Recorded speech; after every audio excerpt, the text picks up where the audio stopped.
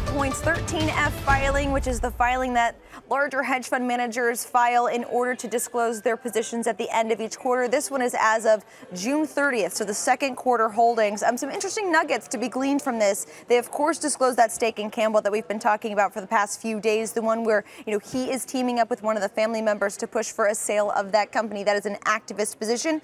That position was disclosed in the filing today. 5.6 million shares worth $225 million at the end of the quarter, potentially more since that position was taken. Also disclosed a stake in NXP Semiconductor. That one was worth about $1.1 billion at the end of the quarter. And as you recall, that one had a tie-up with Qualcomm. That deal fell apart, and those shares have suffered as a result. So it's unclear what Third Point's exposure was and how it was trading in and around the deal, but an interesting disclosure nonetheless. Another thing that I thought was interesting in the filing was their stakes in the FANG companies. And they actually dissolved a stake in Alphabet, which is Google's parent company, during the quarter. That was worth about $600 million at the end of the first quarter, but they got out of that. And they also sold about 1 million shares of Facebook, but they did maintain their position in Netflix during the quarter. Other notable new positions include Visa.